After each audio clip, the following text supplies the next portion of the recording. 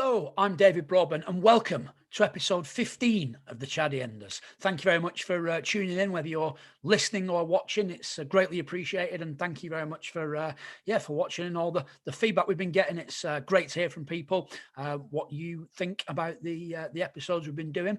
We are on Facebook and Twitter at the Chaddy Enders. Please feel free to drop me a message for requests for future guests, things you'd like to see, questions you'd like to ask. We always put out who our guests are in advance, so give people a chance to submit any questions they want answering. As always, a huge thank you to our sponsors, to Eden Creative, who are based in Royton, run by Latics fan Rick Dennis, to AC Tyres, who are on the just off the Cross Street Junction as you come out of Oldham on Huddersfield Road. Wayne and his team there, fantastic service on all your car needs. Also to James Elwood and NFL Weekends. NFL Weekends, really looking forward to getting going again this year. They do sports trips out to the States to watch NFL games, but also for the bar crawls, for the tailgate parties, it's just a fantastic weekend away. Check all of them out on social media, please. And we've promoted them on our social media as well. So if you want to look for them, then please do check it out. Today, episode 15, and we've got a guy that pretty much lived every young Oldham fan's dream, in that he's from Oldham. He grew up watching the club as a fan, and he managed to play for the club for 11 years. He made 308 appearances in total for Latics. He scored 5 goals. He played at Wembley in the League Cup Final, and he was a key part of the team that won the Division 2 title. And it's fantastic to have him with us today. A warm welcome to the Chaddy Enders, Andy Barlow. Andy, thank you very much for taking the time to join us this week. So your current role is in the PFA. That's quite an interesting position that you've got. It's a role I took on, Brody, quite a while. I came out of football and I've been out for probably about a year. I'd already qualified as an air licensed coach when I finished, but the jobs at that point were few and far between.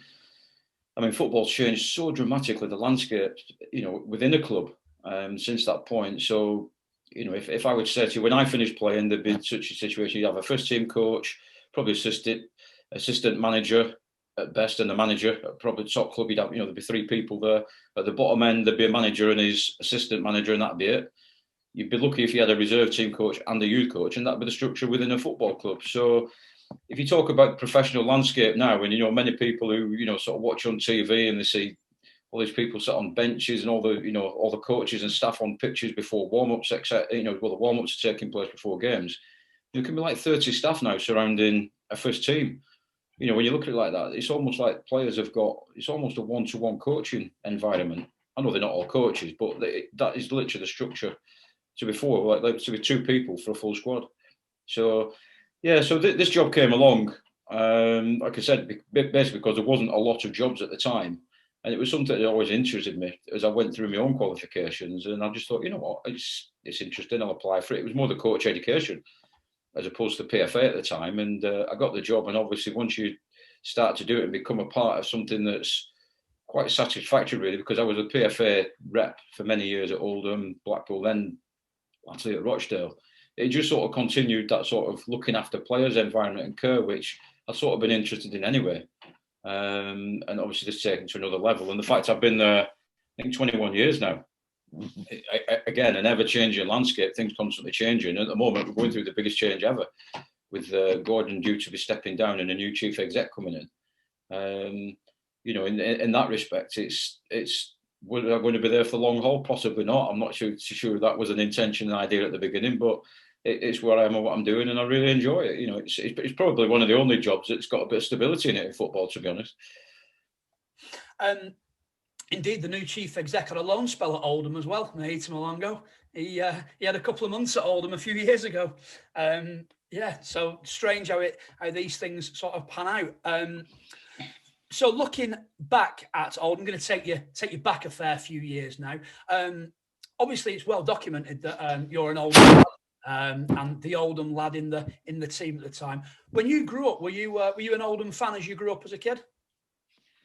I was probably like a lot of kids at the time. So I was an Oldham fan because that was the only.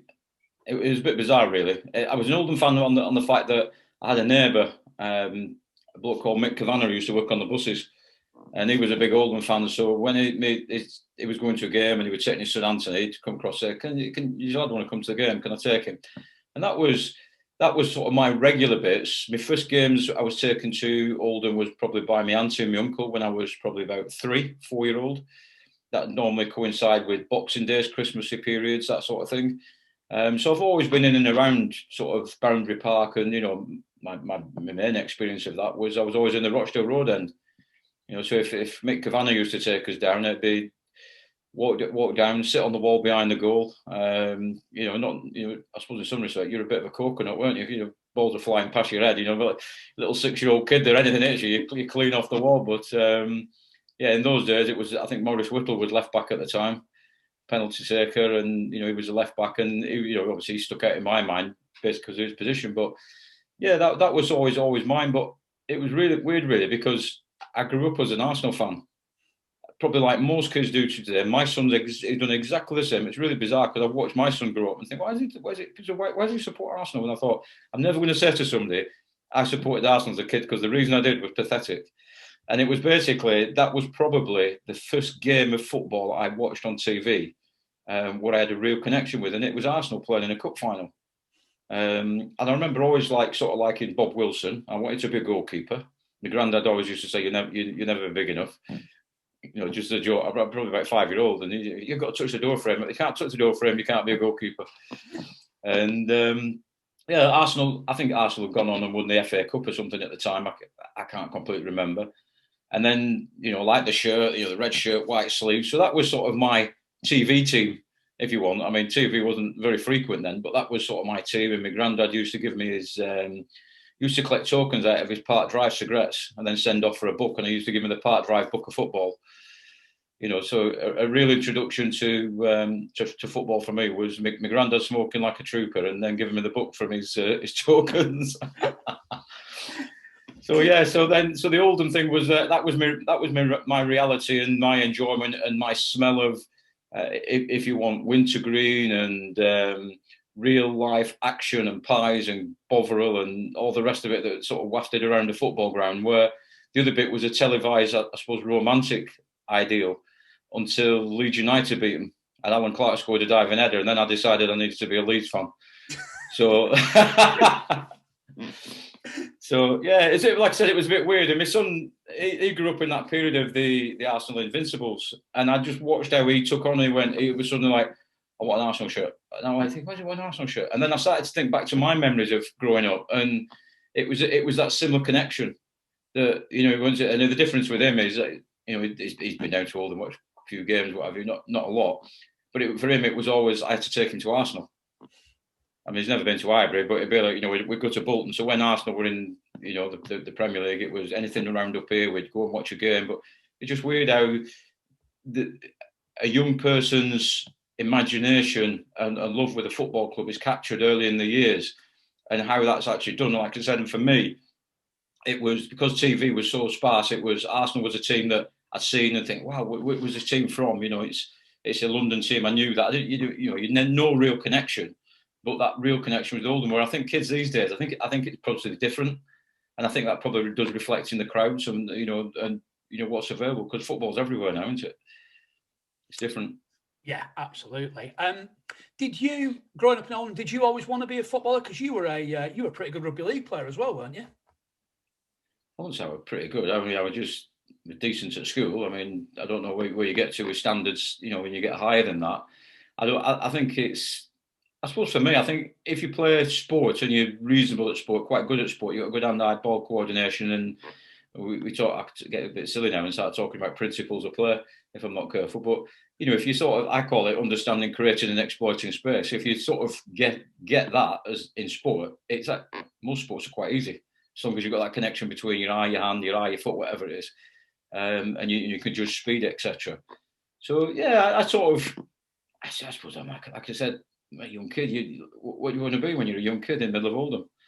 Surrounded by mills and factories and chimneys, and, your granddad's giving you a book, you see this thing and you think, wow, I will play football. But you do it full time. Every kid wants to do it. I probably suppose I was no different than anybody else. I think the fact that I sort of stopped playing rugby just because I went to Young Grammar and they didn't play rugby. So football just become that became the more determined sport in my life. And rugby sort of faded away to the background really. Though although I know people said, "Oh, you come and get you to play rugby and all that." People still wanted me to play. So yeah, I sort of get it. But like I said, football took over for that reason. And I think when I got to the end, people were saying, what you're going to do in your career, what you're going to do now. You see your careers master at school. All kids have been there. I feel for them because I think kids at 16 now are faced with a choice. You either go and be an apprentice somewhere in a trade, which isn't a bad thing. There's a lot of good people out there, builders. We need those people. You stay on at school because you actually don't want to do a trade, but you still don't know what you want to do. And at 18, all they're doing really is deferring a choice from being 16 to 18 now. And I was probably the same. I went into sixth form and you go, do I really want to do it? And just that's what you do because the school I was at, and you get along with it. And then at 18, what do I do? And like I said, I was fortunate that I'd been playing for Oldham in the reserves for 2 years while I was at school. And I just said to Joe, I think I'm good enough, give us a chance. And to be fair, he said, well, I think you've got enough potential. He said, I'd like to give you a chance. And it's a small one. And I'll offer you a 1 year contract. And I was on basic money. I think it was about £6 more than an apprentice, I think, a week. And that was it. And it was, off and running and here's your chance. And I actually do believe that there's probably a lot of players out there who, given that same opportunity I had, would actually be better than lads who've been through an apprenticeship. Do you remember much about your debut? So I look back in your debut at Birmingham in 1984. Do you remember much about your debut at all? I'll tell you what I do remember about it was I always remind him that was a home game. And I think, if I remember rightly, that season in the pre-season, we played West Brom at home at Wembley Park. And I was playing midfield at the time. And they had this fella playing for him who, again, he was one of the guys. He'd been in the books, he'd been in the comics I used to read as a kid, Cyril Regis. Now, obviously, you see him in a photograph, and then I've seen this guy face to face who supposedly smoked. And when you actually looked at his physique, it was like, oh my God, look at the size of him. He's twice the size of me. He's break me in half if I go in a tackle with him. And I sort of ended up playing against this guy, Cyril Regis, in this West Brom game. And the next, I'm thinking, I've done all right. I'm up against one of the big lads now, so to speak. And then, I made my debut. First game of the season, it was like, I suppose it was a dream come true for anybody. But I think the reality is, because you've already been playing, I wouldn't say it became another game. This is the start of the season. So although it didn't really feel like my debut at the time, because I've been playing through pre-season, it wasn't like, I'd just been at the club and then all of a sudden, Jurgen Klopp picks me out from middle of nowhere and says, oh, you're playing in the first team. It wasn't that sort of experience. I'd sort of been, because I've been in and around the first team all through pre-season, it was easier, I suppose, in some respect for me to play in that game. And I do remember losing 1-0. And I'll tell you something else. Kenny Clement scored the own goal, a diving header in the back of his own net, which I've never forgot. It was around about the edge of his own penalty area, which I thought was almost impossible to score from there with a diving header. But anyway, he managed it. And we came off 1-0 losers, which was, like I said, it was disappointing. But I think it's probably like with most people who play, you're playing a game like that it's that one standout thing that you can sort of really remember from the game. Some people get lucky, they're fortunate, they go on to score a goal, etc. I played sort of midfield, left wing stroke midfield, so I sort of wasn't really in that position to be, at the time, the way we played, to be scoring goals and what have you. But yeah, that was sort of my standout moment, and it was like a relief that it was done and you played okay. I'd not made any daft mistakes, give penalties away or anything daft like that. So you get through that, and then after that you sort of, I won't say your nerves settle down, but life becomes a little bit easier after that first game. It's under your belt, and it's like, right, it's done now. What's your next milestone now? What you're trying to achieve? At the time when you were breaking into the first team, who were the sort of senior pros that you were looking up to? Was there anyone that you sort of particularly learnt from in and around the squad? In those early days? Yeah. Well, when I signed at Oldham, we had Willie Donachie signed at the same time. So arriving at Oldham at the same time as me that one summer, Ian Liversidge, the physio, Willie Donachie, obviously a very experienced senior professional player, and myself. And I sat in the away team dressing room then, or the reserve team dressing room at the time. probably up to about Christmas, if I remember rightly. And you that first team dressing room was, it was sacred. You had to really make it to get in there. You didn't just, you're invited and you sit in the first team dressing room. You have to earn the right to sit in that dressing room. So at the period, there was a group of young players who were at the club, who were in there. Your Gorhams, McDonough, Borden, Atkinson. I think he was still there. I can't remember Paul Eaton was there, or he'd left. And they'd sort of come through the club. So you sort of, these were lads I'd sort of seen from when I was sort of 15. They were sort of just in and around and making the debuts when I was still watching at 15, and I was sat in the forward stand as it was at the time. And then you had the sort of higher class ones who, when you start to look at them, you start to pick up little bits of things. So early on, I picked up Martin Buchan. Absolute, I mean, I think people forget Martin was at the club. Martin Buchan, absolute living legend. Captain of Scotland, played in World Cups, captain of Manchester United. Achieved so much in the game, and his professionalism and standards he set in and around the ground as a person were absolutely unbelievable. And for people really not to take notice of him, how he trained, what he did, etc. I'm not saying Martin was an absolute angel by any means, but when I always remember a point in training, he stopped the play. The training was awful, really, really bad, and he could see him losing his temper and he just picked the ball up, and he just completely lost it on the training ground with everybody. And I was like, ooh, and he just basically just said, look, I come into work every morning. This is what I do, and he just questioned the mindset and the attitude of every player on that training ground at that particular moment in time. I come to work, this is what I do, and this is how I live. If you're not prepared to be the same, do one, get off my training ground. And everybody sort of stood there in silence. He threw the ball back to Billy Earnson and just sort of said, right, you can carry on now. And I think it's moments like that sort of stop you in your tracks, define you, get you to think about what is the purpose of being here. What is it you're trying to achieve? And then I think there was players there then like Gary Hoolican, for example, who Gary had watched for many, many years from the terraces. He was a guy he'd been at the club forever. Very experienced, knew around it, always there to have a chat with younger players. Gaz was great. And Gaz, local lad, Middleton lad. I won't say Gary weren't exceptions of talent, but very good with the talent that he had, and knew how to deal with it, knew how to what he wanted out of the game. Not a flash player or anything, but by any chalk and cheese. But when he went on the pitch, 100% effort, and it was little things like that you start to pick up. And then in that first pre-season, I remember Donachie coming at the club as well. Again, Scottish international, been in America playing, and you start to look at where he is in training, and if you're doing any running, he was never in the middle of the pack or at the back of the pack. He was at the front leading. And you suddenly realise as an 18-year-old just out of school, you think, well, hang on a minute, this guy's 32-year-old and he's at the front and he's leading. So if that's the way that you become, thinking about what he'd done in his career, then that's where I need to be. If I'm half a yard behind him, then I'm heading in the right direction. Because you quickly pick up, some lads are just good to they hated it. They didn't like training. It was a disappointing day out for them. If it, you'd hear the groans if it's get your trainers on with running. It didn't bother me. I won't say I love running, but I enjoy running. I think there's a difference. I never, I did a half marathon once, and someone said, "You do a marathon now?" I said, "Not a cat and mouse chance. Am I doing a marathon after that?" I said, "Just forget it. I'm no intentions of doing it. Hats off to those who do. I just, I look at it at times and think, could I do it? I think, no, I'm not doing. Don't go down that route."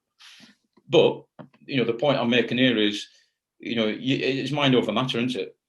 You're training what you want to be, where you want to be. You quickly realise as you're watching people playing and effort on the pitches and what people do in training that the best trainers are the best players. It's not a coincidence that those who practice more, those who train more. It seems quite natural. It's the Gary Player thing, isn't it? The more I practice, the luckier I get.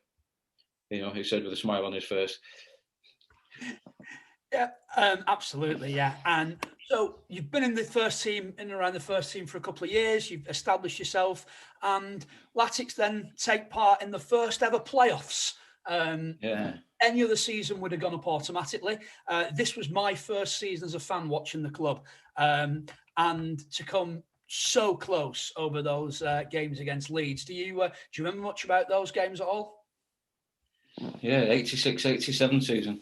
It was a bit of a strange season, that, because I think, if I remember rightly, as we went through the season, you sort of never in a position really early on, I don't think, where we were threatening. And then all of a sudden, sort of latterly from Christmas onwards, you're sort of putting yourself in that, oh, hang on a minute, might be something in this here that we can sort of get something from. And I'll be honest with you, we went away with the first leg. I don't really remember much from the first leg, but that second leg, oh my flipping heck, do I remember that one? So I remember Mike Cesare coming on. Did he score? I think he scored, if I remember rightly. So that sort of put us back in the tie. And we were doing all right. And I don't really think as a player on the pitch, you're thinking, oh, win this, we're going to go through. We're in a position now where we've got a great chance, and we're doing really well and dominating in the game. We were defending the Chaddy Road, and then they got the kick-off. And I was marking a guy called Keith Edwards, who was their right winger, but then he went and took the kick-off. So I'm stood in my left-back position. Keith Edwards is in the middle on the centre circle. And they took the kick-off after we scored a goal. And he literally ran through the middle of the team and scored. And it was like surreal, like going, why don't you stop him? You literally were looking at people going, he just run past two midfielders. I mean, literally just walked past two midfielders. He got the kick-off and they tapped the ball to him and he just set off running. And he went past the first two midfielders. And then you look back at the side, because I'm like looking across the pitch now, and two centre-backs there. And he does the same to them, gets round them, and then sort of puts the ball in the back of the net. And then within probably say 9-10 seconds, you're from scoring a goal to the kick-off, we're picking the ball up and we're kicking off again. And you're like, what's going on? Why did you stop him?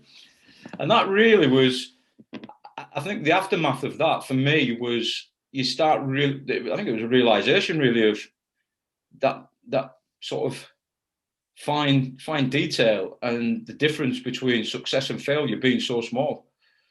So if we'd have stopped him at that point in time, you don't know what the history of Oldham Athletic would have been, because it might have been completely different from that point onwards. I think, if I remember, Brody, at that time, did we? I think Charlton survived, didn't they? I think it was at the time, because they're talking about reintroducing it at the moment, which would be, for me, is absolute nonsense. That I think it was a fourth from bottom in the Premier League, or First Division it was at the time. They entered the playoffs. Yeah. So it was the third, fourth, and fifth, and the fourth from bottom of the First Division. So they came in to prevent the drop. So in that respect, it was a bit bizarre, because it sort of took that away. And as Charlton stayed up, I often felt that was sort of really unfair, that teams that had done so well, and I think, if I remember, I think we were 10 points clear of our nearest rival in third position. And we ended, like I said, we ended up playing, I think third played fourth and fifth played the team from the First Division. And then I can't remember who the final went on to, so I do know that Charlton survived it and didn't come down. And you sort of, well, the other two clubs gone up and they've gone to all that at the end of the season. I thought that was very unfair. But what it also made me realise as a person was the club is possibly on the right track and we're capable of doing that and succeeding and achieving something. But on the other side of it, that difference, like I said, that margin for error is so small at the top end.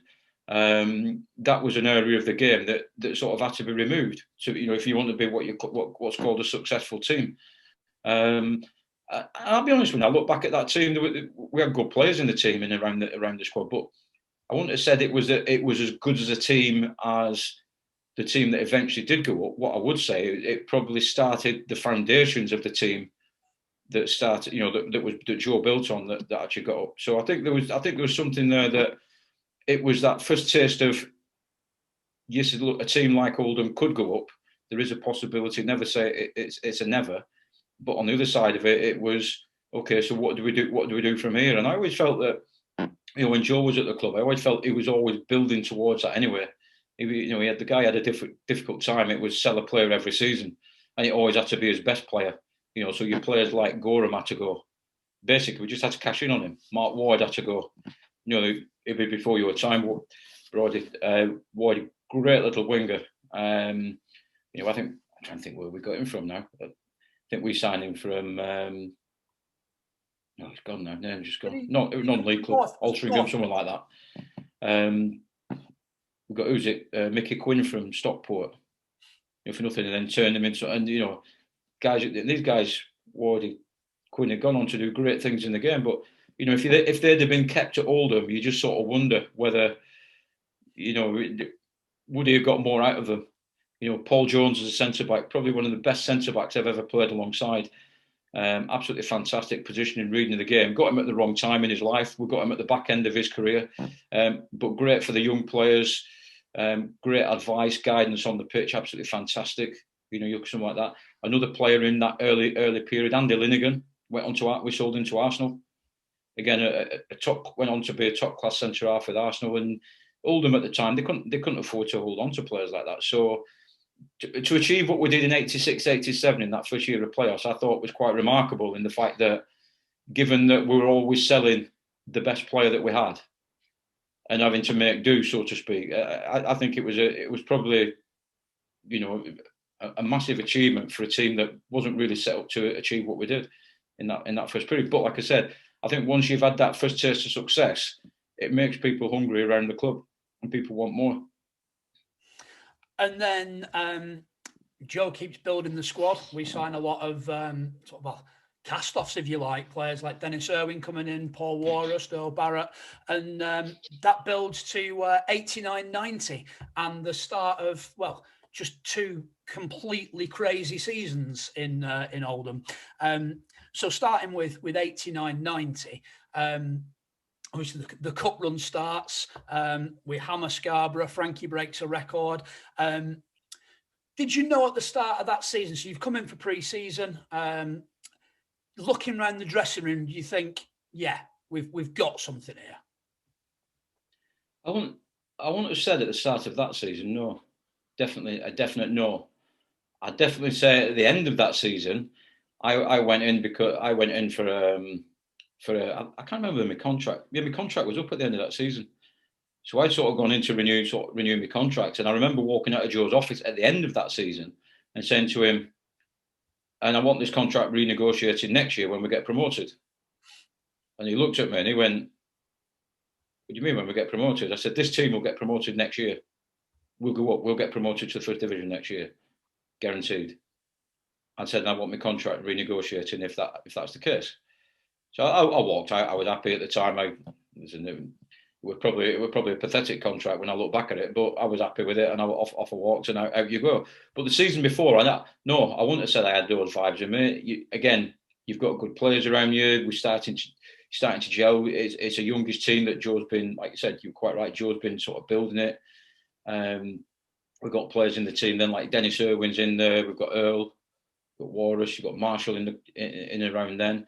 With two good goalkeepers. And listen, don't get me wrong, it'd be very, very difficult to choose between either of them on the day. Very, very similar in terms of you stick them in goals, they both perform equally well.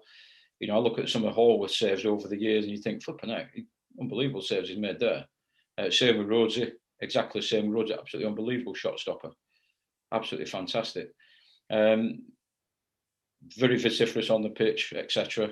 And then you start to look around the team at what we had, and obviously Joe had a very, very defined model of how we wanted to play: 4-4-2, get the ball wide, get the crosses in, let the centre forwards edit in the box. He always tried to have quite a big centre forward presence in all of his teams. If you look back through what he had, he liked that big sort of centre forward concept, and that's sort of how we played. And I think for me, if I was just to be honest with you, I'd say it was a gathering of momentum. That was probably how I described that season. That as you start the season, if I remember, I'm not sure whether we started really well or not that season, but I do sort of remember that as we started getting near the Christmas period, that was when people were looking in the dressing room and thinking, "Hey, we're on a bit of a good run here." I think we've done really well at home, more or less unbeaten at home, and it was like, we're onto something here. We could do really well. We're in that top section of the table with, and people were seriously looking at each other going, hey, come on. And lads, you felt that on the training ground as well. Lads were pushing each other in the training ground. The standards, and again, I refer back to the Martin Buchan thing that I mentioned earlier. Donachie was still at the club. He was first team coach now, assistant manager, whatever his title was. And he was he was still at the front. So you look at Willie now and you think, well, Willie's late 30s now, and he's still at the front in training. He still leads by example. And if you're running, you're going, well, if that guy's still at the front, I bet he's still at the front. But then it wasn't sort of just me hanging on his shirt tails and maybe a couple of others. There was now 6 or 7 of us hanging on his shirt tails. And there was another group in the club who was still at the back of the training headquarters, so to speak. But they were reminded on a daily basis that the standard, by the players out there, that the standards have to be higher. And if people made mistakes, it was weird. People get rollicking, but it sort of become, it was unacceptable to make a mistake. And that's when you start looking at that team at the time. It's, if a ball went to somebody, they didn't put it in the back of the net, for example, it was more than a nice rollicking. It would linger on. And you were made to know that the standards and expectations of you as a player are different. Willie were trying to introduce at that time a change to people's diet in people's diet in the dressing room. So we used to have a Friday morning. We used to come in. It was banter and joke with the lads. It'd be like everybody took it in turn to bring biscuits and cakes in on a Friday morning. I mean, can you imagine doing that in a dressing room now? Biscuits and cakes on a Friday. They'd go mental, wouldn't they? But we did it because it was sort of a camaraderie, a bonding, a bit of fun, and then your biscuit choice would get voted for. And if it was rubbish, you get bad marks. At the end of the season, you'd have to buy, if everybody went away at the end of the season, you have to buy pints at the end of the season for everybody if you bought bad biscuits in. So you can imagine, right? The biscuit tray on a Friday morning, it would go from anything from completely absurd to somebody spending 18 quid on biscuits on a Friday morning to have the fanciest thing. So because it's cheaper than buying a round of beer, and that sort of it was. But that's the other side of it. Probably the public didn't see. So they saw what was happening on the pitch, but there was that sort of element behind the scenes, on the training ground, in the dressing room, that friendliness, that joviality. People like, you laugh about different things like, so Eileen, who made tea, for example, absolutely brilliant. Rose she'd be down in the washroom. Lads would just walk down, got to get a kit, you want your kit, get your own. And lads would walk off and go and see Rose, get the kit, not send apprentices down, they just go and get their own. No airs and graces and, right, who's making the tea? Right, don't send an apprentice. One of the pros would just go, walk up, go and have a chat with Eileen and make the tea, have a little chat with them and everything, and walk back with the tea, coffee, whatever it may be. And that's how we were. And I think that was a key thing off the field that sort of helped that success. And like I said, people don't see that. They don't see that Friday morning joviality, the joking. That's like the team bonding that was done effectively very, very cheaply. Teams going out with bound adventures now and all the rest of it. It was just an old, filthy, disgusting pot of tea, a ginormous thing that was stained to smithereens and get filled with everything, and then go in the dressing room and get poured with a cup of sugar, and that was it. That was Boundary Park, and that, I think, that was part of the success story for me that sort of did make it work.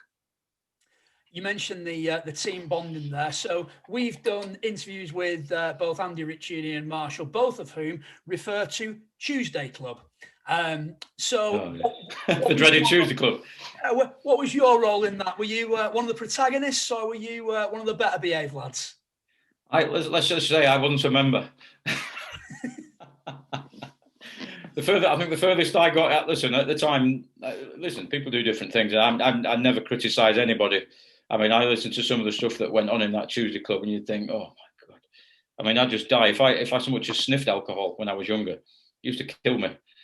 I could throw up having a thimbleful of. You give me a thimbleful of lager, I'd throw up, puking up in a toilet, the nearest toilet anywhere near. And it was just me. I mean, family laughed because I was known as Andy Two Shandy. Literally 2 shandies, I'd be on my back. It used to finish me off. I was awful. Anything more than that, I guarantee I'd be in the toilets with being sick. Oh, anyway, the lads would train, and I sort of didn't get it anyway. But you train your socks off. You go out in the morning. Really, really grueling. Some days, really grueling training sessions, and then Tuesday afternoon, sometimes it'd be right. You're on the weights up to the gym, massive weight circuit, and then you're off on Wednesday. So I'd be like, all in, finished, train, really hard session. And lads would go, right, we're going down to the pub. And you think, I can't get why you go to a pub just after doing all that work. I sort of go into the pub, and I've been down to the pub with them, and I'd gone down and said, right, I'll come and have lunch with you. sit there with a lemonade, a Coke, and have lunch and everything. They're already on the pints, and I'm thinking, this is all going to go downhill. This is all going to go downhill. But listen, it's what they did at the time. That was, if you want, that was sort of 70s, 80s football. That's what the lads had grown up with. So when I walked in the club at the time, in the early 80s, I'll tell you now, pre-season used to be quite. I used to find it hilarious. I used to see lads putting women's tights on, and you think, what are they doing with tights on? Cut off tight. They're going, well, it stops you getting sweat rash. I'm like, all right, okay. I'm thinking, well, that's a new one on me. It's not some sort of kink you've got, is it? And then they put a bin bag on. Yeah, I don't know. It helps you sweat all year. But they come in, lads are about 1.5 stone, 2 stone overweight in pre-season. And that was like me starting at the club in sort of around 82-ish, when I was sort of getting involved around pre-seasons. That's what I was observing.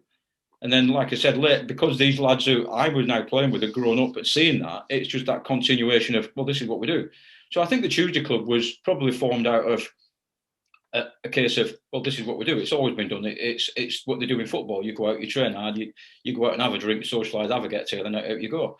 And they used to do that. They used to go and play in snooker, and don't get me wrong, I've seen quite a few driving licenses taken off a few players and from the Tuesday Club because they think they can still drive after 9 pints of beer, and so it did become a bit of a, you get in on a Thursday morning, you think, oh my God, you come in and you go, hang on, something's gone wrong.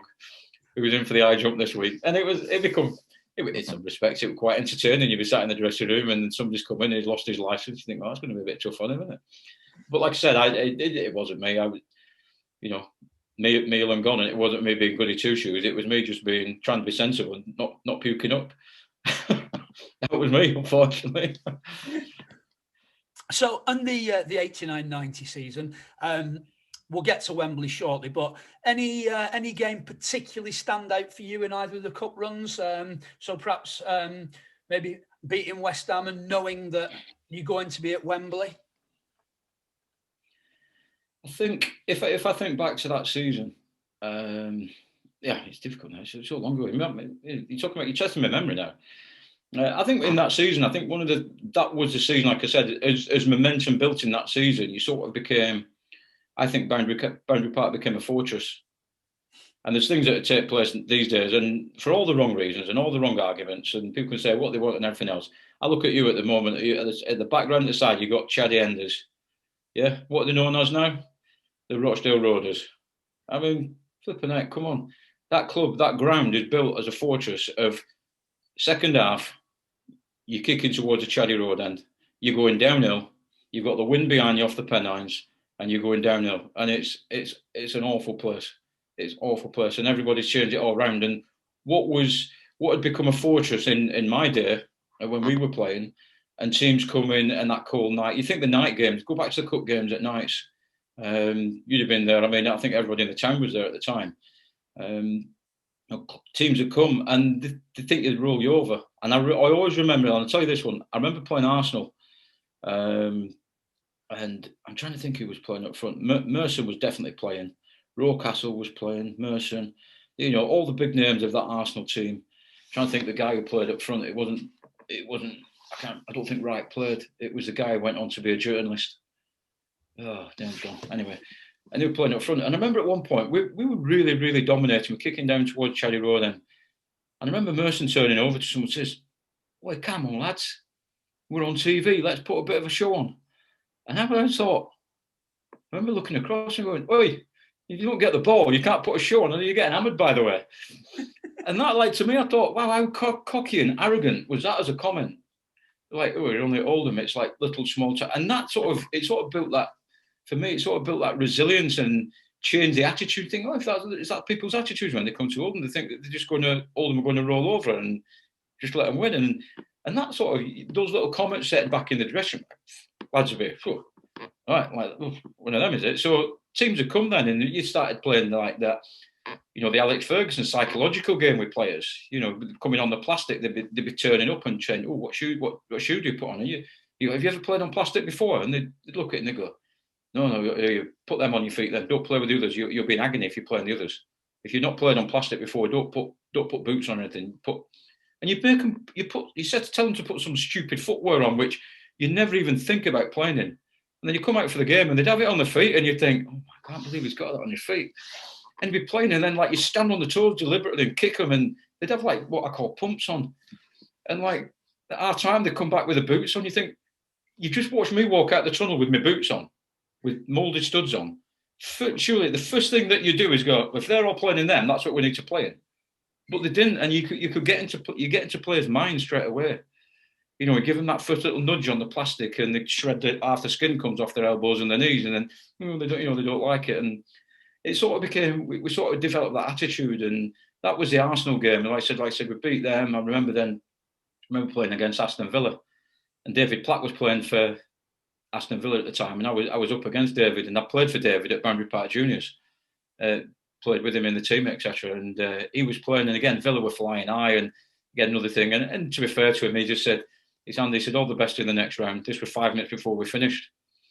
He said, I'm getting straight off. I'm not hanging around. Not hanging around here afterwards. He said, I'm shower changed and gone.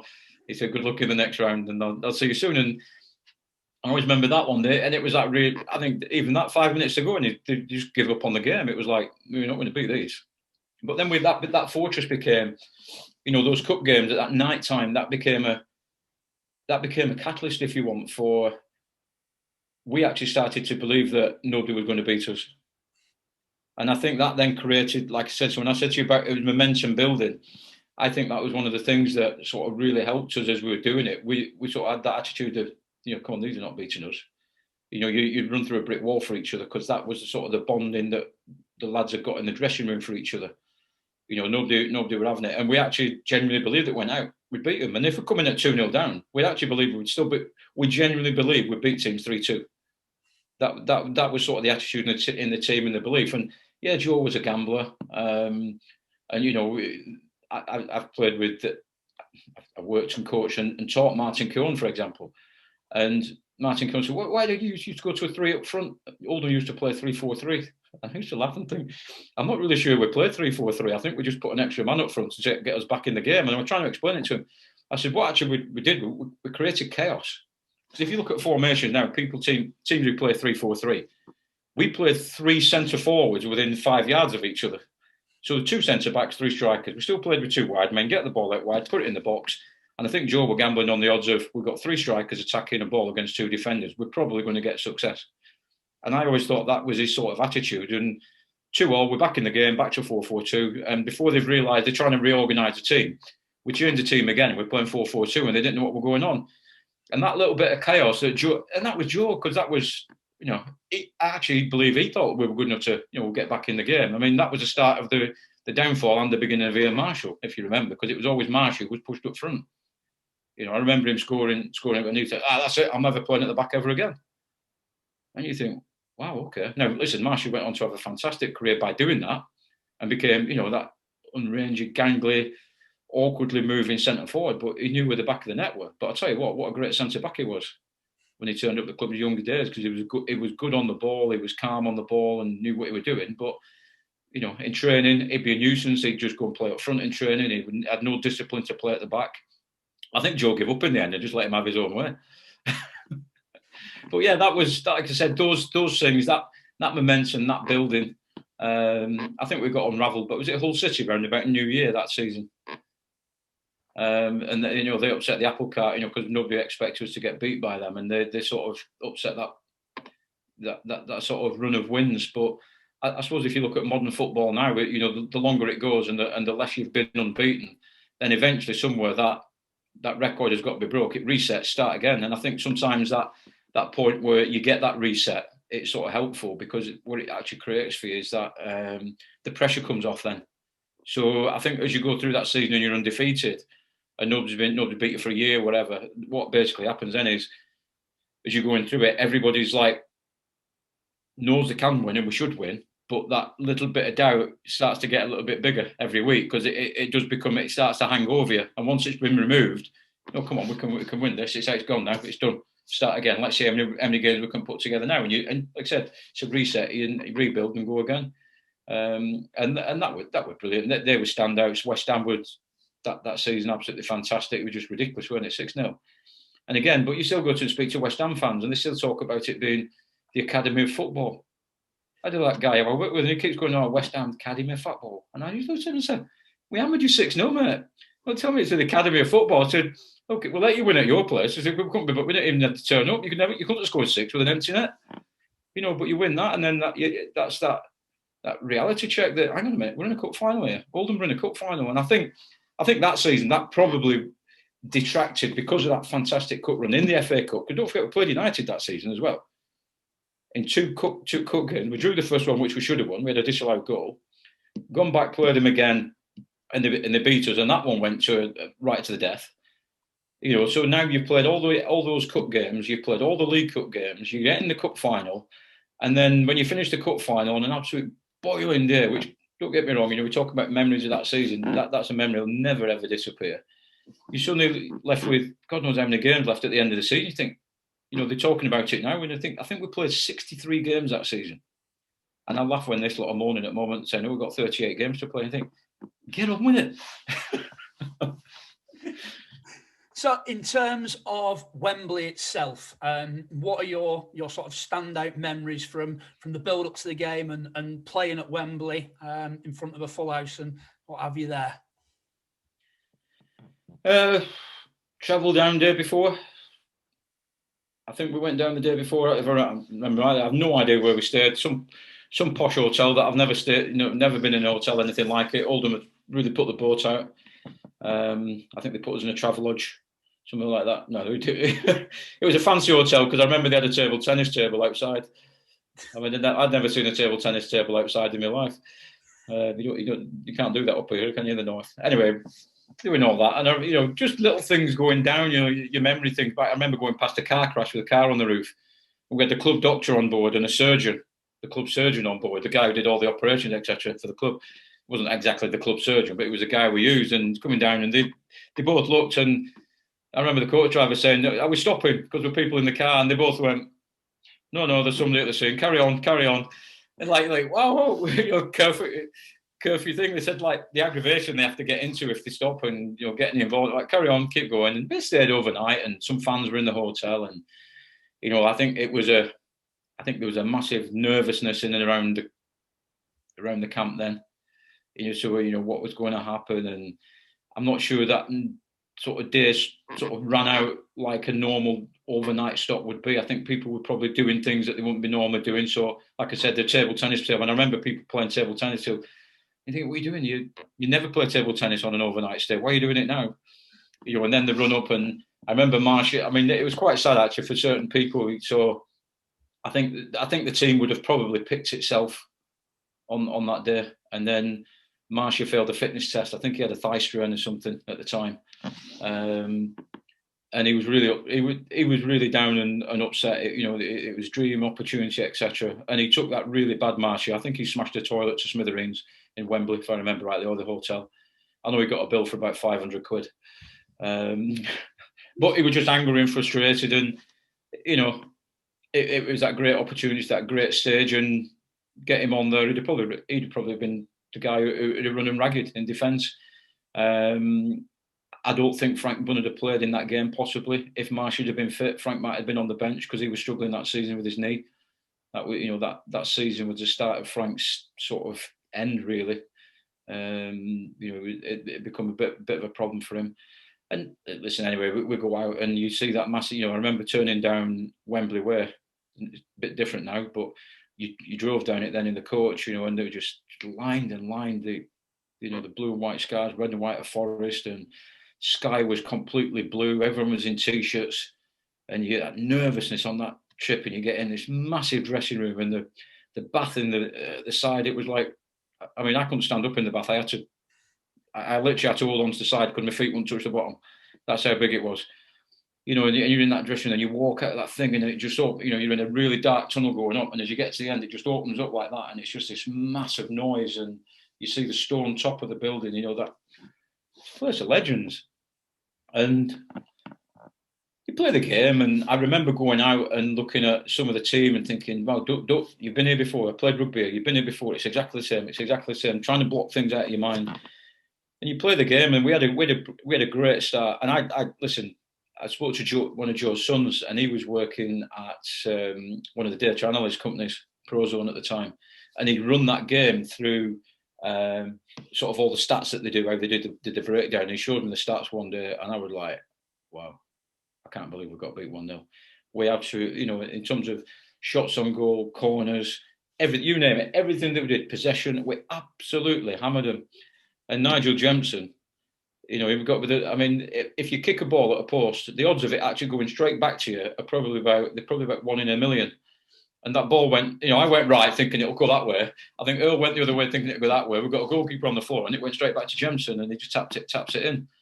And it's absolutely, like I said, it was really bizarre. And for me, it was a great moment, a sad moment, but it was like, again, we've been having that build up and that taste of something, and that had ended quite sadly. And I think for me, that's when I said to you earlier, it was we'll get promoted next year, because that had given that group of players a taste of, I think, of disappointment of having worked so hard and achieved so little. Yes, we've got a lot of memories. I've got a trophy that says loser on it, and you sort of runners up. It doesn't say loser; it says runners up. To me, it says loser. You don't get. Nobody remembers who comes second, do they? Unless you're a modern day school kid and you're only remembered for coming last. And and that was sort of like, it was the first sort of taste of success we'd really had. So we didn't achieve anything in that playoffs. We now got to a final. We missed out in the semi-final. But like I said, emotionally and psychologically, I think that really drained us. And that became a problem for the rest of the season. But it became an opportunity then the following season to readdress that and try to put something right. And I think that's why that self-belief had become even bigger then amongst the players, because people had been somewhere and had something and wanted more of it, because they've seen what it brings and the support and the crowd. I mean, I watch it now. My mate sent me something the other week, and I was sat watching thinking, that is absolutely mad. I was looking at the Chaddy Road end and the amount of fans in the ground now, thinking, this is mad. Absolutely mad. Is that Oldham? Absolutely. So did you feel more pressure as a local lad? Did you think that it affected you more, or not really? I think I felt honoured to be the local lad in the team. I was, probably, I won't say it's everybody's dream. I think if you're a Man United fan as a lad and you get to play for Man United, it's a dream come true. I think for me, being like I said, I was an Oldham fan. That was the team that I was always at the ground at. I'd never been to another ground in my life. Never been outside Oldham to watch a football match. And for me, that was the club that I'd gone into. And then what actually you start to realise is there becomes an expectation on you. So it's almost like you're the personal representative of every fan in the ground, and you're actually playing for them. You're all about. You're almost carrying. I'm only telling you how it felt. You're almost carrying. I wouldn't say people's expectations, but I think the people of Oldham. You look at some of the old videos of Oldham now, don't you? Look and you think it's quite absurd. You think, oh, is that where I grew up? You think, who grew up here? It's like you look at it now, it's what it was. But the nature of the people, the type of people they are, people were friendly, people were, everybody ever said who came into Boundary Park, all the lads who were in that dressing room, everybody left and said, what a friendly place, the local people are absolutely fantastic. People always came and settled in the area because it was so friendly and nice. People were nice, but welcoming, etc. You had that, but there was an expectation, I do think, that people felt that you had to do something special because you owed it to the people of Oldham. And you sort of, at times, you sort of got that. And sometimes when I was out doing sort of community work, etc., school visits, club, not so much school visits, but if you do push a pile of pennies over. I mean, remember last time you saw them in a bar somewhere, the old penny pile on the bar, probably about 670 quid worth of pennies. You go and push that over, and then you sort of get, when you're in and around that, the fans will be talking to you. And because I was local, and I was also working in a butcher's in my very early years at the same time, just because the owner had died, and I was just sort of, his wife had left running the business on her own. You think, help her out, keep it going. It's just, it's not a good time, and which what people do in Oldham. And I just felt that you'd listen to people come in and they'd be talking to you, but just the way they talked, it was like, we've got to go have 3 points at the weekend. And it was almost like, it wasn't like it wasn't that friendly chat. Come on, let's get 3 points weekend. It was like, it was demanding 3 points at weekend. it was sort of different. It was weird, and I won't say it put extra pressure on me, but I think I probably, if anything, I put extra pressure on myself, because I felt I had to do something for people who sort of helped me in the area. So, like, the junior teams I've been involved in. So I played at Royton Youth Club, and then that became Boundary Park Juniors. All the people involved with that sort of, we've got a player here, you've got a group of young lads underneath and below that. And, that club had become a pipeline for professional footballers. Don't get me wrong, there are a lot of lads come out of that club. And it's almost like they're all looking up to you to do well because you're representing them as well. So I think it was more, not so much the pressures, it was more a case of you felt you were representing more than yourself. And I think that is where the added little bits come from. And you felt that, I think if a player played bad, so I'll give you an example. When I went to Blackpool, if I didn't play well, I'd let myself down and let my teammates down, because I didn't know anybody in Blackpool. But when I played at Oldham, I'd let a lot of other people down as well, because there's a lot of people who knew me, who I'd been to school with, or I'd played football with, or I'd worked with, or I'd come shopping in the shop, or I'd been at the garage with, where I had my car fixed. Or it's that extra bit that goes in, and I did sort of. Listen, that's just me. I'm not saying that was a massive expectation for everybody else. It's just how it felt at the time. But I did notice it was different at different clubs when I went to other places. It wasn't the same. So 1991, you signed your new contract. You've said at the end of the season before that promotion is very much the aim. We started off like an absolute steam train that season, didn't we? Yeah, it's like, you go in and it's like I said, for me, it was like the season finished and then the season started. And I think when everybody left that season, I used to, Willie used to be quite clever at this. And like I said, I do it in coaching now. It's getting that nice balance when he was training, that the lads wanted to stay on the training ground, but they knew it was time to go. And I'd actually go home in an afternoon and I'd take the dog out for a walk and take a ball with me. I'd just kick a ball with the dog and dribble and run, and, just because that's what you do. And I'd just thinking, I can't wait to get back in training tomorrow. And you get back in training again tomorrow, and you're really looking forward to being with your teammates and training again and going again. And I think the same was the season. I think it was like we got to the end of that one, and someone had slammed the book shut on us, really, and shut it, and quite abruptly, and going, that's it, that's the end. And you're like, oh, hang on, we've got unfinished business here. We're not finished. And I think almost that close season was short, the same length as anything else. But I think within everybody, like I said, for me, it was like everybody wanted to start bright and do well and pick up where we left off, because everybody felt probably that we had got a good team.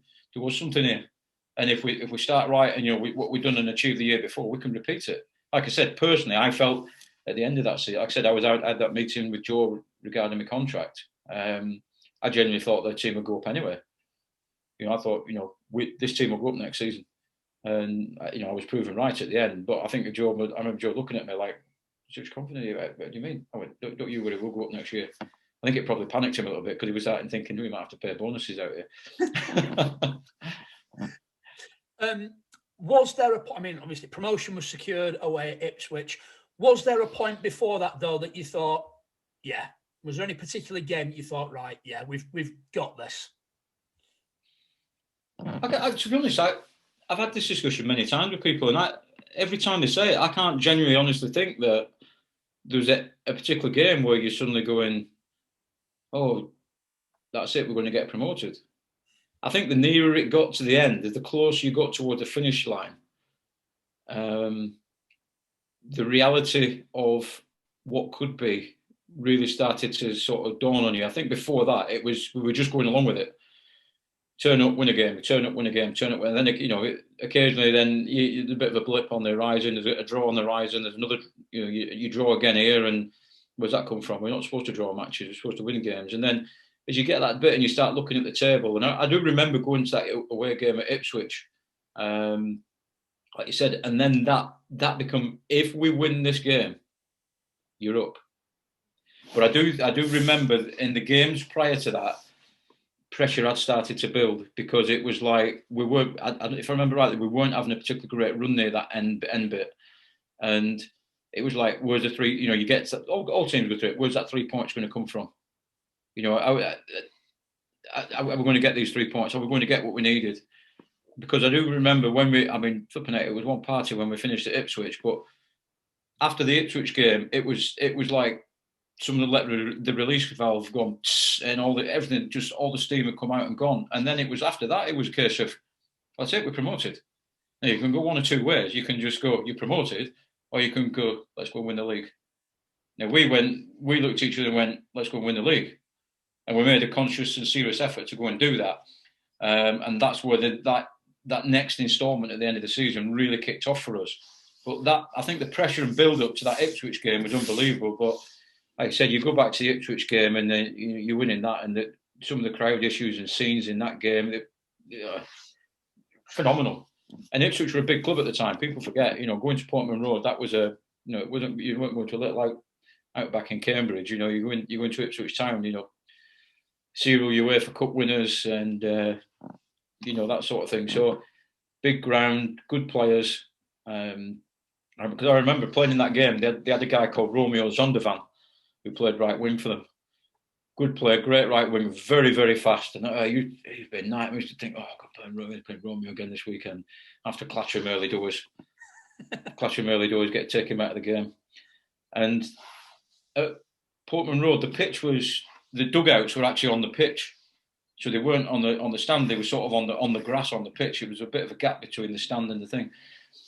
Anyway, gone near the thing, and I had a chance, and I thought, right, I'll get him now. I can get him here. I can tackle him just in their half, just over the halfway line, clean him out, let him know he's in a game, and that'll be it. Anyway, I catch him, and just with immense, momentum and speed, I catch him, I hit him, and he's going full tilt. He goes off balance, and he was flying into the dugout, and he hit the side of the dugout, and it was like the old Tom and Jerry cartoon where he just got splats it like that, and then just slid down the.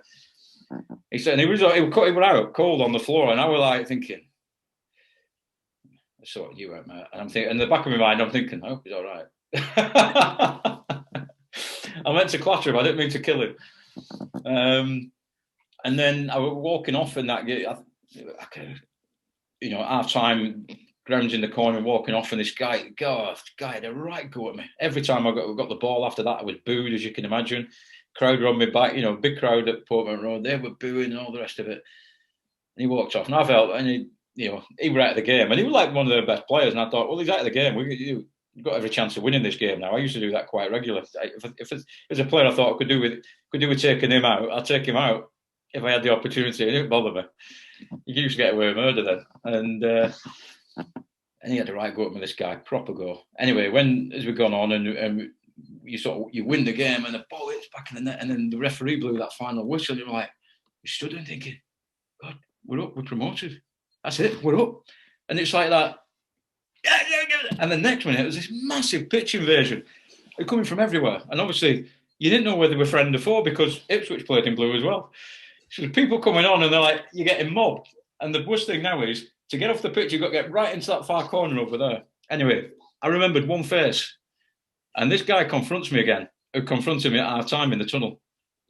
So now I've got the idiotic Ipswich fan having a go at me again. And he's in my face now. And I'm like thinking, I have no idea now whether he's got a knife in his pocket, he's going to attack me. I haven't got a clue.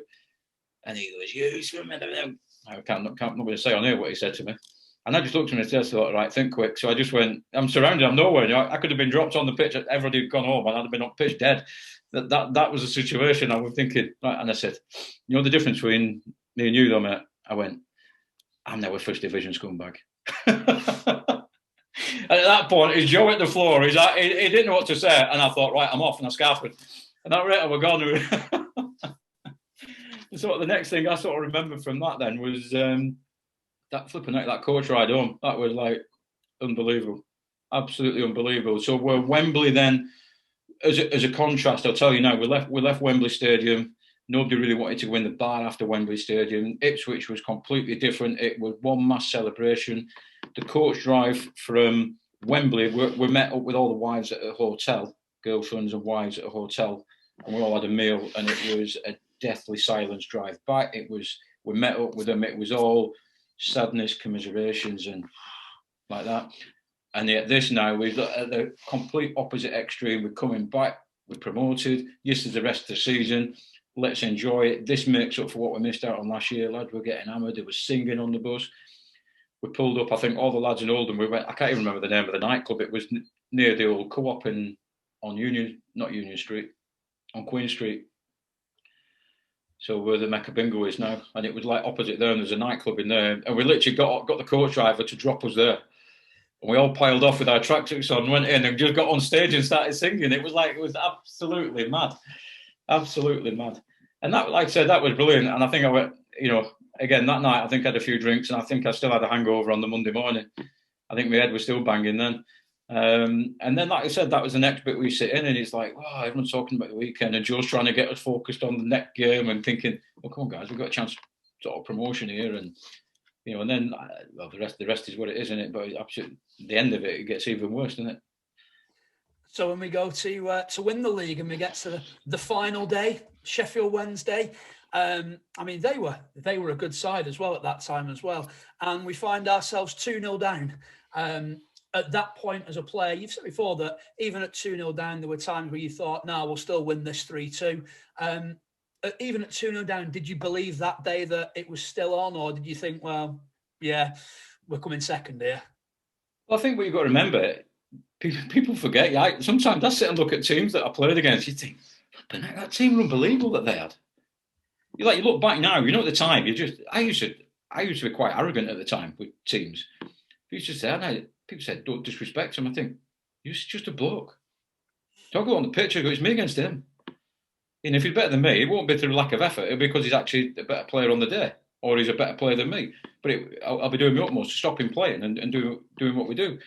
But then I look at some of the teams we played, and you start looking, you're thinking, actually, we probably didn't really have the right to be on the pitch. But then we actually look back and think, no, we earned that right. That's how good that team had become. And we probably really underestimated ourselves into actually how good we actually were as a team. And I think that's something that we sort of always did ourselves down for, or perhaps coming from Oldham didn't particularly help us.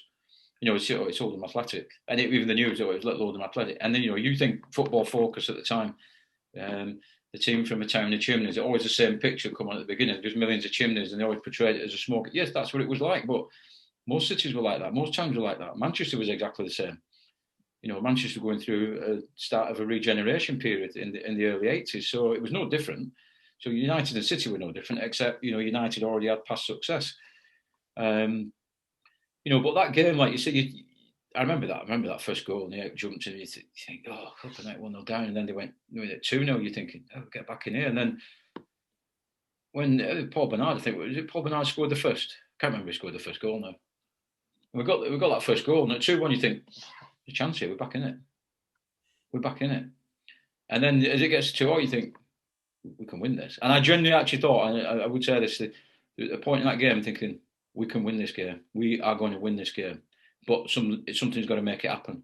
And when I made that run at the end, I was running, and I'd had a shot. The ball would come back out, it'd come back to me again, and I just leathered it into the box. I remember whacking it, trying to get it back in there. And Sheridan, and it seemed funny because I watched it again the other day. My mate sent me the game again, because obviously the period. And as he gets it, and the ball's coming out, and all I could see at the time was, as I kicked it, I was on the edge of the box. I'd seen Sheridan block it and knock the ball towards the 6-yard line to come out of the melee with the ball. He moved it there, running out. And that ball now is like, it's probably a little bit closer to him than it were to me. And I just said that moment, and I thought, if I get to that ball before him, the only thing he's going to do is take me out, because he won't be able to stop, because he's running to clear it, because it's, he's got to get it cleared. And I'm thinking, but he can't see me coming, because I'm coming out of a pack of players. And I just set off, probably with that will and determination that sort of really was Oldham for me. Listen, I'm not trying to be not trying to be clever in any way, but that was, I thought it was just what the team was. That's what we'd do. We had that. There was that little bit of something, and I just went for the ball, and I think Sheridan saw me literally when I got in front of him. And all I did was all I had in my head was, all I've got to do is nudge the ball off it, just nudge the ball past him, because all he's going to do is I'm going that way and he's coming across. So it was just one of them. And because I was going that way, he was always going to clean me out. And as soon as he hit me, I had no chance, because the way I was running full and he was coming across, he just took me like clean from underneath me. Not in a nasty way, because he didn't even know I was there. but it was always going to happen. And then obviously we get given the penalty because was it Marshall scored the second, hadn't he? Because I pulled a crossing from the left, or that was the first one, and then Paul Bernardo scored, and like I said, we were in it. And then I remember going back, the crowd invasion again. Eventually, when they all clear off the pitch, we stood there, and I remember standing there thinking, "Come on, Redders, don't miss this. Don't miss this. You've not missed all season. Don't miss it." And I could feel myself not thinking, "I can't look. I can't look. I can't look." And I'm thinking, I've got to look, because if we miss it, I need to get. We might be in action again pretty quickly. So I can't not look. I've got to look. And he hit it at the back of the net, and it was like you sort of stand there, sort of frozen moment, really. And then 3-2, yeah. And then all of a sudden, there's a million fans on the pitch again. And then the next 2 minutes after that, 3 minutes, whatever it went on, because of all the fans, that was probably the worst time in my life. Because you just knew, because this team that we're playing was so good, you knew one slip they'd have the ball in the back of the net. And I remember kicking the ball. I kicked it into the hospital deliberately. So it bounced at near the Rochdale Road end. And I could have easily tapped it into touch. And I just kicked this ball as high and as hard as I could, deliberately aiming for the bottom of the hospital block, just to clear it. I thought, right, by the time they get that back, the time will be nearly up. And by the time they realise the ball is that far out of Boundary Park, whether they ever got that ball back remains to be seen. I had no idea it went, but it went a long way over Shootfoot Lane, let's put it that way. And it didn't even clear the stand, because it was that little corner where there was no stand, where the club shop was. So it went over that direction. And I just smashed it as hard as I could. And not long after that, but probably about 30 seconds of the next ball coming in play, that was it. The game was over, and it was like, wow, we've done it. We've done it. And then, obviously, Roger had his, on the following week, didn't he? He had his testimonial celebration against Man City. I mean, he couldn't have picked it at a better time. But again, like, you talk about a wow moment, the lads were coming in from that. I actually don't think some lads have been home. I think they've been at pubs since Saturday.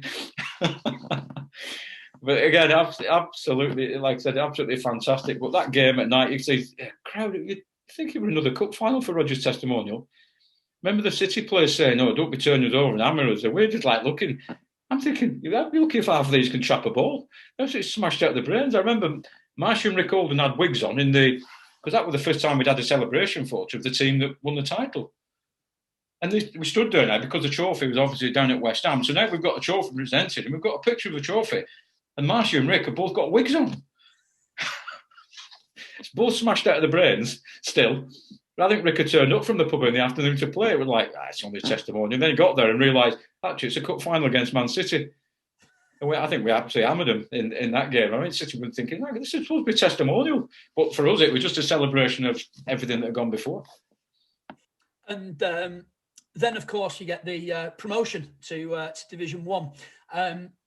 Given the amount of teams from the top division that we played and beaten over the sort of 2 years previously, how big a step up did you find Division 1? Well, it was a bad start for me, because on the eve of the season, on the Friday, we were training, and I smashed my knee up on the training ground. So Willie had stopped the training session, and the ball had broke loose, and I was going towards the ball with a lad called Ian Thompson, who we'd signed from Man City, or Tombstone as he was known. And he comes running up, and he just carried on. And I'd sort of eased off and sort of pulled out, just gone to sort of collect the ball and drag it with my right foot and drag it round. And he absolutely went right through me. And they did it. I was like, idiot, what are you doing? We stopped about 3 minutes ago.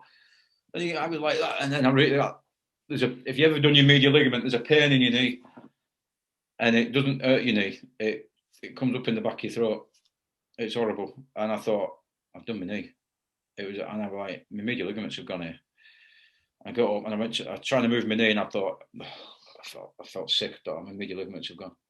Joe's going mad on the touch, like, you stupid idiot, we've got a game tomorrow, what are you doing? Blah, blah, blah, blah. And like I said, that was Liverpool away. So I ended up on crutches, sat on the bench, missed the first game.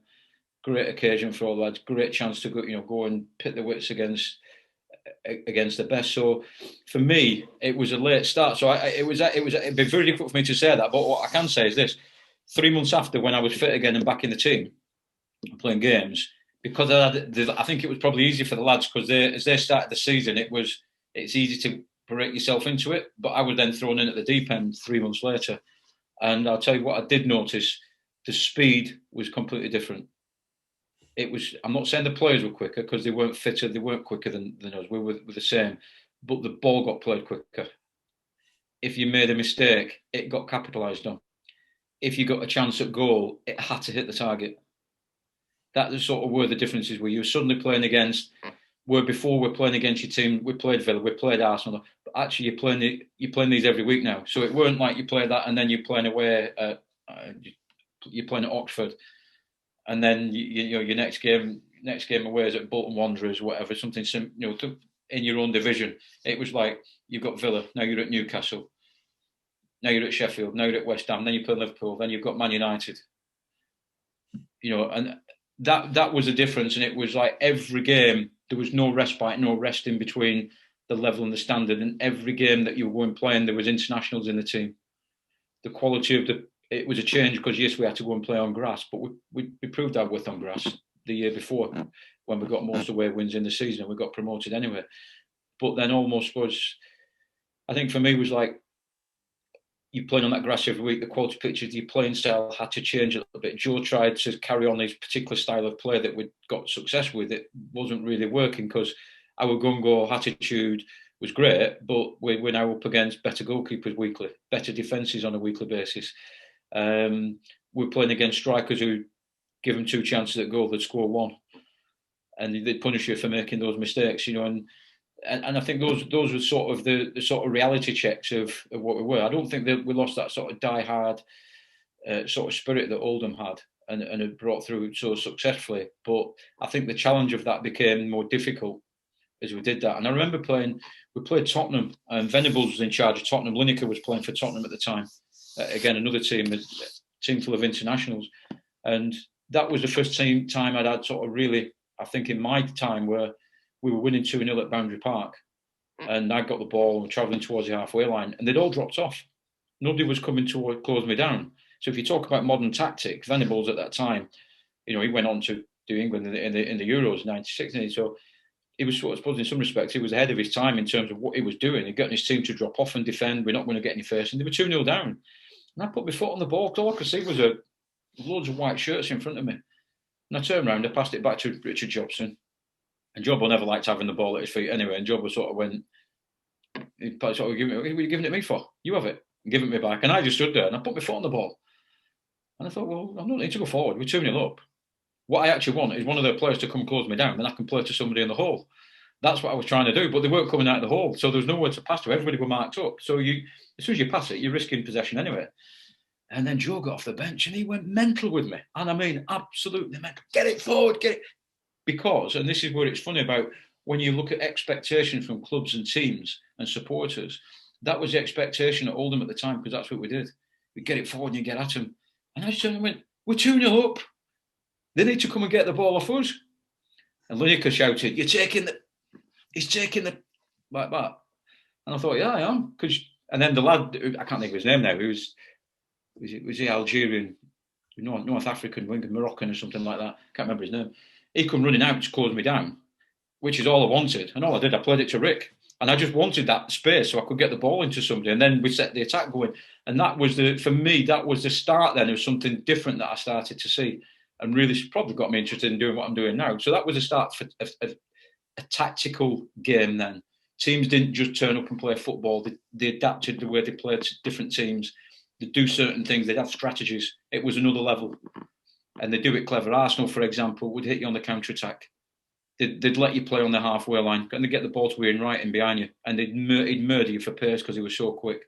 Man United played up, back and through very, very quick. They had Giggs on one side, Sharp, if it weren't Giggs, Kanchelskis on this side. I remember playing against him in the worst time ever. I got an injury, I had an injection in my foot. Worst time in the world to play. I thought I'll smash him. And the Russian gets up and he goes, and I thought, this is going to be one bad day. And it was. He scored that trick. They won 6-3 and the rest is history. That's me. One bad game in 500 that I might accept him. He was unbelievable. That I think at the time, I think he might have been the best opposition player I'd ever seen at Oldham that day. He was unbelievable. There could have been, I think that day, he was that good that I think there could have been 3 of you. And he was just unbelievable that day. Yeah, I think listen, it was unbelievable anyway. I mean, it's weird because I used to play against a guy, and the older supporters will know this. There's a guy called Ian Miller who used to play for Blackburn Rovers, and he was rapid, really quick. And I always used to say, if you played against Ian Miller, if you dropped off, you get the ball at his feet and he'd put a cross in early before you could get closing down. If you got tight on him, he'd get the ball played behind you and he'd run you. And if you would get the ball and he was dribbling at you, that was hard work as well because he was quick with the ball. And he was really hard to play against. And it was only recently, I read a book somewhere and someone said about somebody turned up at the club, somebody who fancied themselves at Blackburn. And they're saying, oh, quick, give me that. And this lad shouts, so he says, I'll give you a race, mate. 50 quid. I looked across and it was Ian Miller, known as Dusty Miller at the time. And it was like, and Miller then said, yeah, this race. And this lad who was supposed to be like rapid, who turned up at Blackburn when, Blackburn were winning the title and what have you. He ran against Ian Miller and Ian Miller actually just literally walked away from him. And I couldn't believe it. And I always thought, wow, yeah, I thought it was quick. That sort of confirmed what I was thinking at the time. And then Kanchelskis turns up at United, and he, like I said, he was just absolutely rapid. He was the same. You get tight, he goes in behind you. If you drop off, he gets the ball and runs at you. If he runs at you and he's going inside, he's gone past you before you've blinked and thought about it. It was just almost unplayable. And I watched a game probably later on that season, and again, tactical things started coming in, and Wimbledon played them. And Wimbledon, what they did, they put the midfielder in front of him. So they stopped a direct supply line going into his feet, so he couldn't get the ball. So basically, the fullback could drop off a little bit deeper, and it worked. So next time we played, I said to Rick, look, you're going to have to do that. And that, like I said, so when you're asking me about what was the differences, that's, for me, that was the difference. The coaches, managers were tactically a lot more astute. Players were able to carry those tactics out better than what I'd seen before because they were international players with good quality. You realise you play against Man United, you're Brian Robson that you were never too sure of. Ball comes near Robson, he just helps it on. One touch and ball's gone. And you think, when you watch him on TV, you think, oh, he doesn't do anything great. But then actually when you play a game against him, it's just simple, very efficient. And he's here 1 minute, gone the next minute he's in the box arriving to score a goal. And you don't even know he's gone. That's the sort of players you were playing against. And then the next one, I never played against him, but you talk about Kanchelskis, Overmars, remember when he came to Arsenal, the Dutch lad? He was the same, exactly the same type of player, almost unplayable in that like two-year period at Arsenal. Nobody could get near him, but he had unbelievable pace, great skill on the ball. And you play against players like that, and I think the younger generation now, they've been able to see Ronaldo, we've watched Messi playing, you've watched two absolute fantastic superstars, and there'll be players like that at the time. And you look now, you've got Mbappe coming through, another young player who's like absolutely unbelievable pace to burn. There's always a player of the generation that sort of has those attributes. Absolutely. So with your sort of time at Oldham, as it kind of went on found members of the Premier League, you'd picked up a couple more injuries and found yourself sort of in and out of the team a bit more. Was there ever a prospect of you leaving at the time? Were there ever any clubs in for you, anything like that? I wasn't really in that, in that sort of position where I was doing that. I mean, the thing bizarre really, because the actual bad news, I got a back injury and I'd had a knee injury. So I'd already started with a bad knee. And again, when I eventually saw the surgeon, he just put it down to playing on the plastic pitch. He just said, planting your right foot to kick the ball with your left. He said, you've actually smashed the back of your femur into your patella. And I've got a great big hole. He said, you've got the back of a knee of an 88-year-old. Okay. I was about 27 at the time. I was like, oh, cheers. He said, you'll need a new knee by the time you're 40. Thinking, great. I've got a lot to look forward to, haven't I, really? And that really caused me a lot of problems. I'd had my Achilles repaired then. I'd not had any hospitalisation, surgery or anything. And then all of a sudden, I've had 3 operations in a year, missed a complete year of football through sort of no fault of my own. The year before that, I got injured at Ipswich and that smashed me sacroiliac joint to smithereens. Still have problems with that to the day. If anything I get, I go, oh, it's that flipping joint again. And my brain always goes back to that one moment where someone hit me. They just moved me past the point where your back stops at a certain point, doesn't go any further. Well, mine went beyond it and damaged all this ligament in my back. And, that ended up as an hospital job. And I'd been fortunate up to that period where I hadn't had anything. And then you get these injuries and I start self-doubting myself then. Am I ever going to get fit again? That year I never played a game. You know, I don't tend to put your boots down. I can't let you train. If you train and your knee goes, you'll go mad. You'll never walk again. I'm like, what? You got 7 things wrong with your knee. I'm like, what are you on about? When at the end of the season, Sharp's in charge. Joe's left. Sharp, I'm not probably very public. I just ripped Sharp. He just told me as he walking off the training ground. I wouldn't even like to play football still. And at the end of the season, I'm trying to get close back to the football. And he goes, have you got a minute walking back from the training ground? Little Wembley, just walking across the car park. And he tells me he's releasing me. I think I'm very professional. Never forgot it. And that's probably why he didn't want to be a manager. You know, he was young, he was naive. I look back now and you go, okay, it's a moment in time. I vented my anger on him and he knew in no uncertain terms what I thought about him. You know, and that was just that one moment where I probably needed a month-to-month contract just to get myself fit and get playing again. And they could have got rid of me in August, September, but proved my fitness. But I ended up going to Blackpool, totally, you know, on a chance, got to Blackpool and had an unbelievable season. It was weird because we got in the playoffs with Sam Allardyce. Absolutely fantastic. And that was a period where Owen Oyston was at the club and Owen Oyston was in court over, I can't think of it, were they procuring young women, I think was the terminology they used against him at the time in court. And like I said, and that as another chapter, absolutely bizarre. But, you know, a little club, Blackpool, Sam's coming, there's no money, young team, a few experienced players like myself in and around, and we get in the playoffs. And we lost that one. You know, on the Saturday then, doing a little presentation with Sam at one of the local sponsors, left about 2:00. No mobile phones at the time, you know. Set off home, I get back home, my dad's rung up and he said, have you heard the news? Like, what news? Well, Sam Allardyce has been sacked. I'm like, I was with him an hour ago. I just driven back from Blackpool. I'd been with him at such a place. He goes, no, he's just been sacked. Anyway, when I met Sam a few years later, he said he was driving back in the motor. He had a mobile phone, the old brick. And the club had rung him. He was 15 minutes in his car, come off at the next junction, drove back to the ground, walked in. Owen Oyston had been sent to prison. Vicky Oyston had obviously got the reins. We'd missed out on promotion and she decided she wanted a clean sweep and sacked him on the spot. Absolutely bizarre. And then, you know, you talk about shaping people's lives, thinking and all the rest of it. I bumped into Sam a few years later at Notts County and then obviously he moved to Bolton and everything else. And you look at what he's achieved in the game and that probably that moment for him was sort of changed. But no, there wasn't really a time where I was ever in any doubt to sort of leave Oldham. There was rumours of when we got promotion going to Leeds United. Howard Wilkinson wanting to sign me. Joe was having none of it. He wasn't prepared to let me go. And it sort of never happened. Bizarrely, Leeds won the title the year after, the last title in Division 1. They won it that's when Cantona had started for them before he moved to Man United. But yeah, it was there's never something from me. It was like you heard the rumours and the whispers, and I got in an England squad and thinking, wow, what could be. But for me, it was like, wow, I'm at Oldham. We've achieved something. We're in the top flight. What an opportunity to play as a local lad in the top flight for your own football team that you're supporting. You've achieved so much with. So I think at that time it'd have been really hard. If the club had come in and offered money and gone, it'd have been. I think someone would have had to give me a kick up the backside from the side, say, "Excuse me, you need to look at your finances here and what they're offering you, what Oldham are giving you." That'd have been ultimately. But if it had been probably left for me at the time, I'd have been that naive and stupid. I'd have just and blind that I just wanted to play for Oldham at the top, then and experience that top level with Oldham. That I'd have probably stayed anyway. But like I said, it never happened, so we never know, will we? Yeah, fair enough.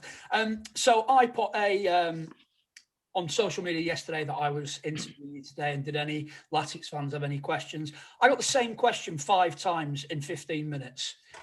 Pudding on a muffin. Yeah. Was it true? Did you eat that every week? Because I think every week, pre-match meal. It's a delicacy from the north of England that people, if you live down south, they don't get it because they don't even have puddings down south. So if you're an Oldham lad, tradition on a Friday is what? Chippy tea. Chippy night. It's chippy tea, right? Because you're out of food. You and your dad need to go shopping. If they've not been shopping, sometimes they would come home from work, chippy tea, and then they go shopping, or shopping a bit Saturday morning. There was basically nothing in the house, so it was always chippy tea. So, like most people in Oldham, I'd been brought up on a Friday, it's chippy tea. Now, I didn't particularly like fish and chips, never been into that, but I did like Hollands puddings. So what I used to have pudding, chips and gravy.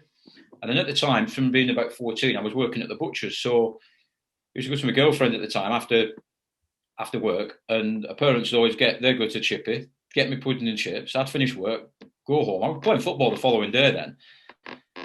So I'd finish at the butcher's about 7 o'clock on a Friday night, go to her house and put my chippy in the microwave and have a muffin.